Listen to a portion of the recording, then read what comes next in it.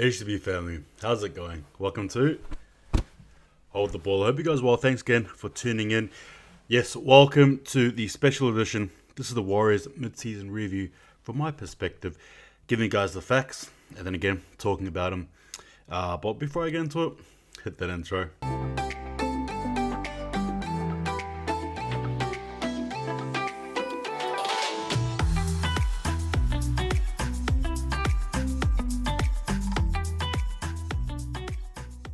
Alright guys, so here we go. As it stands, the Warriors are currently 12th place so far. Now, with a season that I think anyway was built up with so much promise, you couldn't blame the Warriors fans for this season anyway, getting a bit hyped and excited, and I know I was. Perhaps thoughts of making the 8, even jokes of perhaps even making the 4. But the point is, you just came into the season thinking there was going to be big improvements. You got the likes of Shaun Johnson coming in. You think about the combination of him and Reece Walsh. And you start sort of salivating. And then you realize, oh, we've got Matt Lodge. We've got Adam Fanua-Blake. We've got Tory Harris coming back from, injury. Tevanga, Afoa, Pene. Again, you're curious with these signings. You've got the likes of Garrett Smith, Jaden Corrigan as well. So you're just sort of, what's happening? What's going on? And you're a bit surprised, but at the same time, like I said, you're looking forward to the season. Anyway, as it so happens, the season has started, and unless you're living under a rock or unless you're a fan who really doesn't want to watch this horror show, you'll know that things have not planned out well. But at the same time though, is it surprising? I suppose should be the question. Is it surprising to you as a fan? Now, I suppose I can look here and tell you straight up that it isn't.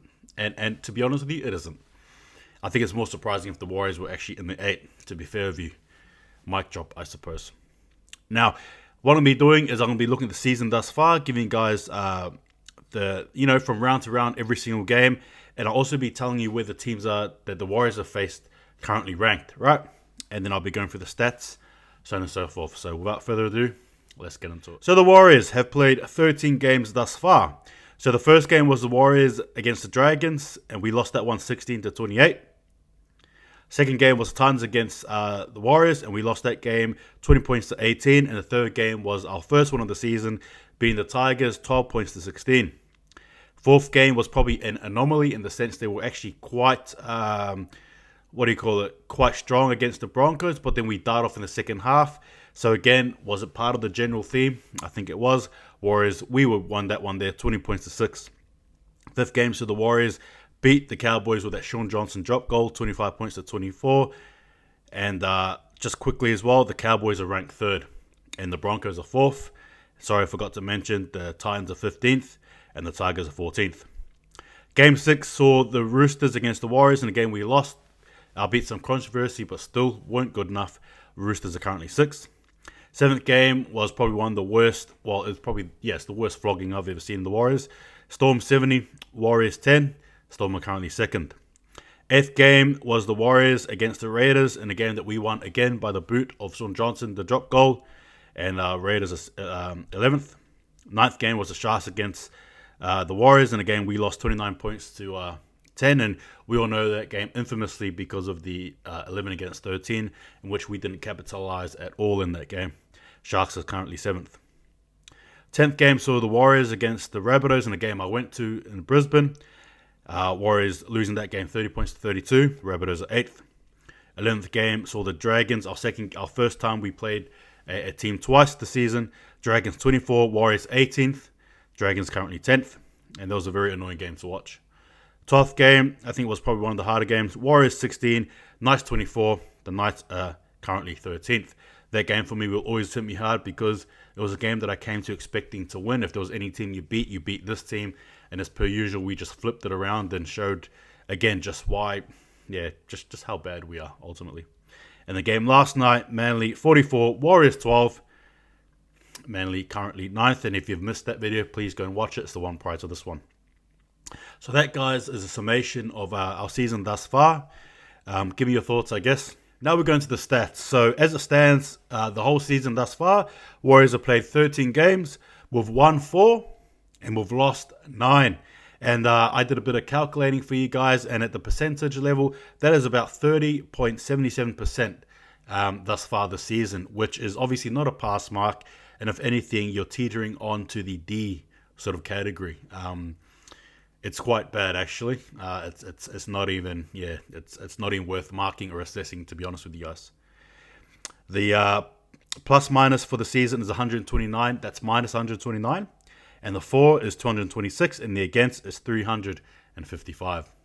Again, guys, that is a summation of where things are statistically for us this season. It's not great, and when you factor into the fact that we're 12th, you're probably sort of laughing too, in the sense that we're 12th. You probably think we should be worse than what we are, but anyway, that's rugby league stats for you. That's NRL stats, and there you go. The second part of the mid-season review now, I want to be looking at the games that we have. Now, again, I'm not going to predict basically every single game, right? But I guess what I'm going to be doing is giving you guys a rough guesstimation, so to speak. Probably haven't heard that word in a while, as to how many games we'll probably win realistically, from my point of view, right? And then I guess we'll just finish off with some talking points, and then we'll finish it from there, okay? So, the Warriors for the latter part of the season, we have 11 games. We're not going to count the bye, obviously. We have the Sharks, Panthers, Tigers in New Zealand, Eels, Raiders, Storm, Rabbitohs, Bulldogs, Cowboys, Panthers, and then we finish off with the Titans. Then obviously in between that we do have a few New Zealand games, and obviously the Titans too will be a game we finish off in New Zealand. My honest prediction, I think realistically, especially with the way we've been traveling, I reckon we win about 2 to 3 of those games. Is that harsh? Possibly. I mean, winning 2 out of 11 games, in terms of percentage, I think that's around, what, 20%, if that. I think it's probably like 18%. I'll be honest with you guys, I have a very grim view on how the latter part of the season will go. I am probably on the cusp of believing that not only have the wheels fallen off, but I think the engine is not even running, right? Like this vehicle has broken down. The Warriors vehicle has broken down, and we are now stagnant. What are your thoughts? I think we win 2 to 3 games. Now, guys, as I conclude this, I want to conclude it with a bit of, like I said, different topics and stuff. Just to get the juices flowing for us to have a yarn about.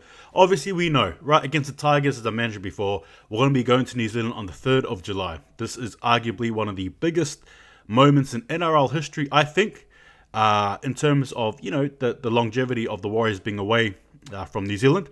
And I think it is actually arguably the most historic moment in Warriors history, bar our debut season in '95. I genuinely believe that. Now, as we head into the season, into New Zealand, there was a lot of chat, especially in the earlier stages of the season, to play well so that we can go back to New Zealand and obviously, give the fans something to sort of show. And I think Nathan Brown sort of touches that on his post-match conference as well. He speaks about how he believed and hoped, basically, that the fans, the Warriors, can have something to show the fans, so to speak. It isn't the case. I am actually, it's actually quite sad how it's turned out, with a lot of fans asking a lot of questions and the Warriors just performing the way they are. But again, lo and behold, it shouldn't be of no surprise to you guys, as it has been the general theme for the last couple of years, minus one appearance in 2018 in the finals, where we basically got pipped out anyway, which for me, would probably say was an anomaly year. To be honest with you, if you look at the record of how things have gone since 2011 to now, that was just a one-off weird year, strange year. You take it, obviously, but got us nowhere in the end. So yeah, again, heading into New Zealand, it's a bittersweet moment. Sweet in the sense that it's great after all that time, but bitter, and I still stand by this, bitter, because ultimately the real purpose of playing, the real purpose of being in the competition is to win a premiership, and we're no better for it. And in fact, you think the Warriors win, and I do mean this, I do hope we do, but if we lose, don't even be surprised. Like, don't get upset. This team is free falling, like I said. Now, another part of the discussion is also management, and I really need I need to really zone in on this. Obviously, a lot of things have happened, and I guess it ties up with Matt Lodge as well. Matt Lodge is a player we lost, obviously, near the end of the first half of the season anyway. And there was a lot of talk about management and how it was run. In all honesty, for me, what happened to Matt Lodge was a travesty. I'm not talking about the person, I'm talking about the player, right? I just need to make that clear. The fact that the Warriors management basically, I wouldn't even say we've swiped it under the rug, but the fact that we've tried to move on from this mess, this catastrophe, especially when you think about the fact that he's being paid this year and next year, is absolutely abysmal to me, and I think has played part in the absolute car wreck that is this season. I, as a fan, just wanted more than what we just got, and a simple shoulder shrug and two alphas and, oh well, it is what it is. It's just not good enough for me. And I think like I said, with the Matt Lodge incident stuff, has it contributed to the season? I think it has. When you're looking at it from the top down, it hasn't been great at all, actually. And I'll be honest with you guys, in terms of the top down, I'll say this: we need to do a lot of reflection. I'll say that much: a lot of reflection as to where this club wants to go, especially from the top down. That's all I'll say. Well, injuries obviously played a part in the season. I'm not going to lie to you guys. The likes of Adam Blake, Josh Curran, obviously, Tor Harris coming in late. Like, those things have played a part, I think. Now, it's not an excuse. No, but it's just, it is what it is. I mean, Josh Curran hasn't played with us since that drumming we got against the Storm. And Adam Blake hasn't played with us since, I think, was it the Sharks game, or the game prior, I'm not too sure, but or the Dragons. Yeah, I think it's the Dragons. Yeah. So yeah, things haven't gone well with us there. So again, does it play a part? Yeah, it does. In saying that, I cannot wait for Josh Curran to come back. To be fair with you guys, I'm looking forward to Josh Curran coming back. That's what I'm going to say. Cannot wait for King Curran to come back. Another talking point as well. Now, this has been quite the highlight for me. As a content creator, you try and assess as to what you guys are talking about, what you guys are trying to yell about, right? And I'll be honest with you guys, I think there's been almost on a week-to-week basis, there's been at least a few comments regarding Shaun Johnson. Now, like I said before, Shaun Johnson as a player means a lot to me in terms of what he's done for the club, in terms of who he is, his identity at the Warriors. He's a Warriors son, right? He's one of the greats for our club. End of story. I don't care what you guys think. I think personally for myself, he's one of the greats of the club. Granted, you may have your Stacey Jones and all that stuff, all good and well, but for me, I watched, yes, I watched Stacey Jones, obviously, but I still think for mine, Shaun Johnson for me is my preference, and that's fine. Everyone's different. But I guess, when I go back to halfbacks and stuff in the game currently, I'm always left there empty in regards to what Shaun Johnson is delivering. Now, again, I need to make it clear, this is not a blame game, as much as it is an assessment, a analysis from your point. Instead of us, I suppose, fans trying to blame him per se, the reality is I think we're just looking at him and what he's producing, and it's not that great, especially in comparison to other halfbacks, right? It isn't that great. And it's all going well to maybe he doesn't want to do this, doesn't want to do that. But the reality is, if you look at, the fact that we've lost 9 games, only won 4, and to be fair with you, yes, he's helped us on those 2 occasions, but had it not been for his the golden boot, so to speak, we probably lose those 2 games and thus only win 2 games and possibly lose 11. And that is a very nightmarish thing to think about. But again, going back to Shaun Johnson, I don't know. I just want to bring him up because I just think he's somebody that a lot of people talk about. And my personal views on him is that I think you're picking for Mount Smart. Absolutely you do. No ifs or buts. But in terms of what happens afterwards, I think you be really realistic about who you pick and who you go with next time, especially if you're building for the future. Again, that's all I'll say. And obviously we got the coach there as well. Yeah, it's interesting. I won't say too much because I think everyone has their own opinion on Nathan Brown. But like I said, for me, I've always cried for stability, and I don't think I'm going to get my wish here. I think I'm probably leaning more of the crowd now, the general vocal majority who are calling for him to be sacked. And as much as I would love to see stability, I think I am going to be leaning there, unfortunately. And I say that because it just seems like the same merry-go-round, right? I wanted stability with McFadden, he got fired. I wanted stability with Stephen Kearney, he got fired. I wanted some miracles there with Todd Payton. He left us. And I just want stability here with Nathan Brown. I don't think I'm going to get my wish. But in saying that, it is what it is. It's the nature of the beast. Obviously, in terms of recent selections and how we've been performing, no, it's not up to standard. Yes, you can look at the coaches, you can look at the players and all that jazz there. I think it's probably just a beautiful tragedy, a beautiful mess, really. A combination of players, a combination of coach, staff, all that jazz. It's right there in front of our faces. It's just it's a beautiful disaster, I guess. But ultimately, as I wrap this up, guys, I want to try and cope with some positives. I really think that this season, though, the first half anyway, has taught us a lot. I think there's been a lot of questions answered, and I think there's probably a lot of questions that haven't been answered. But the reality is, I think we come away from this first half anyway. We aren't good enough, guys. That's the reality. I'm sorry, but don't call me a fair weather fan for assessing it as such.